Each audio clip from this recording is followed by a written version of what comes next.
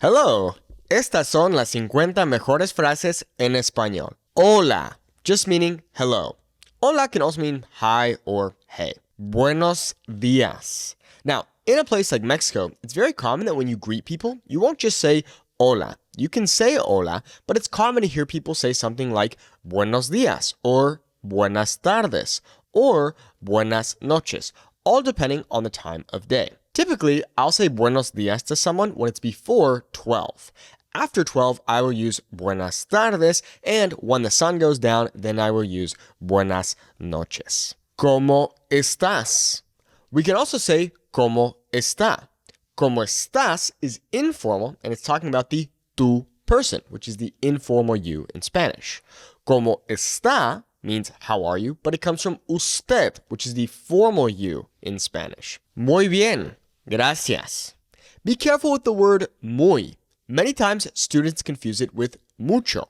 Muy means very, whereas mucho means much or a lot. Y tú just means and you, and if we want to be formal, we could say y usted, por favor. Literally, for favor. Por favor. If you want to be extra pro, you can say porfa, which is much more informal, but people use it often. Gracias. Muchas gracias. De nada. Literally meaning of nothing. De nada. You could also say something like no hay de qué. Don't mention it. Perdón, meaning sorry or excuse me.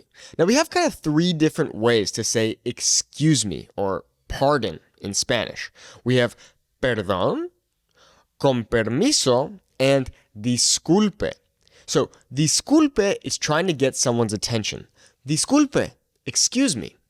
Perdón is, let's say you bump into someone, oh, perdón, excuse me. And con permiso, excuse me, is when you're trying to get by someone. So, for example, con permiso, excuse me, I'm trying to get through, con permiso. Then you bump into someone, ay, perdón, right? Ay, perdón.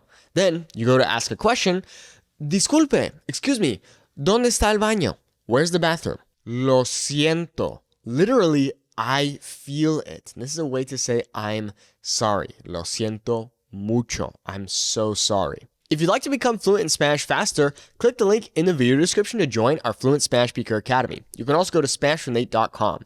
Our goal is to help you have a 10-minute conversation in Spanish in 90 days without feeling unconfident. Check it out by clicking the link in the video description or by going to SpanishWithNate.com. ¿Cómo te llamas?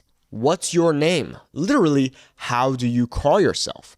And if we want to be formal, we can say ¿Cómo se llama? ¿Cómo se llama usted? What's your name? Me llamo Nate, por ejemplo. So, me llamo, literally, I call myself, but in English, this just translates to my name is. Mucho gusto. Nice to meet you. Literally meaning much pleasure. Mucho gusto. We have other ways of saying nice to meet you, like encantado or es un placer, but mucho gusto is the most common way to say nice to meet you. ¿De dónde eres? Where are you from? Literally, of where are you? Once again, if we want to make this more formal, we can say ¿De dónde es? ¿De dónde es usted? Soy de California. I am from California. Or literally, I am of California. ¿Qué tal? How's it going? Now, we have many ways to say how's it going or what's going on. In Mexico, a very common way to say this is ¿Qué onda? ¿Qué onda? Which is very informal, but it's very, very common. ¿Qué haces? What are you doing? Now, this can translate two ways. It could be what do you do or what are you doing? Remember that in Spanish, the present simple, which in this case is haces, can be used for things that are happening now or in the near future. So it will kind of take on that ing equivalent in English, right? So doing, laughing, eating. So if I said to you, ¿Qué comes? I could think of that as what do you eat or what are you eating? ¿Qué pasa? What's happening or what's going on? ¿Qué pasa? ¿Qué pasó? What happened? Todo bien. Everything's good or all good. I say todo bien all the time in Spanish, and it's common to say something like no te preocupes after saying todo bien. So, todo bien, no te preocupes. All good, everything's okay. Don't worry. Más o menos, so-so, more or less, más o menos. ¿Qué tal tu comida? más o menos. In Mexico, another thing you can say instead of saying más o menos is X. If something is X, it's just whatever. It's all right. X. Está bien, meaning it's okay or all right. And it's common to use está bien as just saying okay. So if you're agreeing with someone, it's normal to say está bien. So, for example, ¿vamos al cine esta noche? Sí, está bien. Yeah, that sounds good, or that's okay. Claro.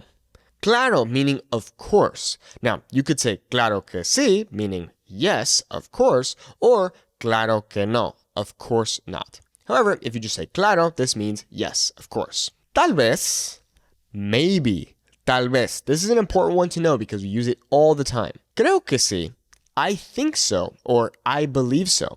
Now, literally, creer means to believe.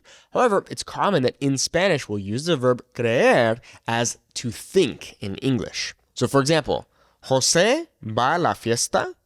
Yo creo que sí. I think he is. Yeah, I think so. Or we could say, creo que no.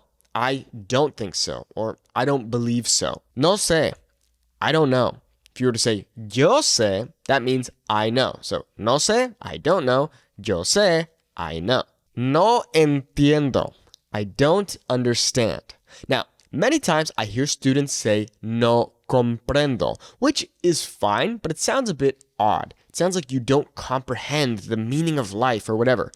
Entender, meaning to understand, it's much more commonly used than the verb comprender. So say no entiendo instead of no comprendo. No entiendo, I don't understand. Entiendo, I do understand, or I understand. ¿Puedes ayudarme? Can you help me? Now, in Spanish, that little me at the end of ayudar is what we call an object pronoun. And we can actually put it before puedes if we want. So instead of saying puedes ayudarme, we can also say me puedes ayudar. Now, these both mean the same exact thing, and the only difference here is your personal preference. So you can say puedes ayudarme or me puedes ayudar. They mean the same thing, it's just your own personal preference. ¿Puedes repetir? Can you repeat? You could also say ¿puedes repetir eso, por favor? Can you repeat that, please? Más despacio, por favor. Slower, please. ¿Cuánto cuesta? How much does it cost? And if we're talking about something that is plural, we can say ¿cuánto cuestan? So let's say we're talking about un reloj, for example. I could say ¿cuánto cuesta el reloj? Or I could say, if there's two of them, ¿cuánto cuestan los relojes? Es muy caro. It's very expensive. Careful, caro means expensive, whereas carro with the rolled R's means car.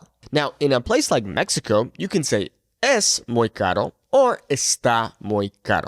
They're used interchangeably. So, same thing with the word barato, meaning cheap. Está barato or es barato. In Mexico, another common thing we do is we'll use the word bien to mean so. So, for example, está bien barato. It's so cheap. You could also say muy barato, but in a place like Mexico, it's common to use bien instead of muy. Quiero esto. I want this. Remember that esto means this and eso means that. Esto and eso are what we call the neuters. They do not have genders. Necesito ayuda. I need help. Necesito ayuda. Hasta luego.